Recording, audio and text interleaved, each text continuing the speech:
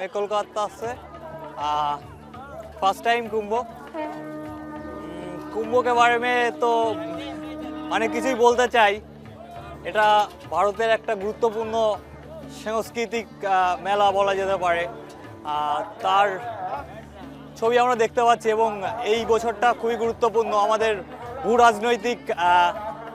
ভূ রাজনীতির অংশ হিসেবে আমি যেটা নোট করছি অ্যাজ এ ছাত্র হিসাবে বিজ্ঞাপন, প্রচণ্ড বিজ্ঞাপন, এই বিজ্ঞাপন তো এর আগের অভিজ্ঞতা আমার যেহেতু নেই, প্রচণ্ড উন্নয়ন দেখতে পাচ্ছি এদিকে।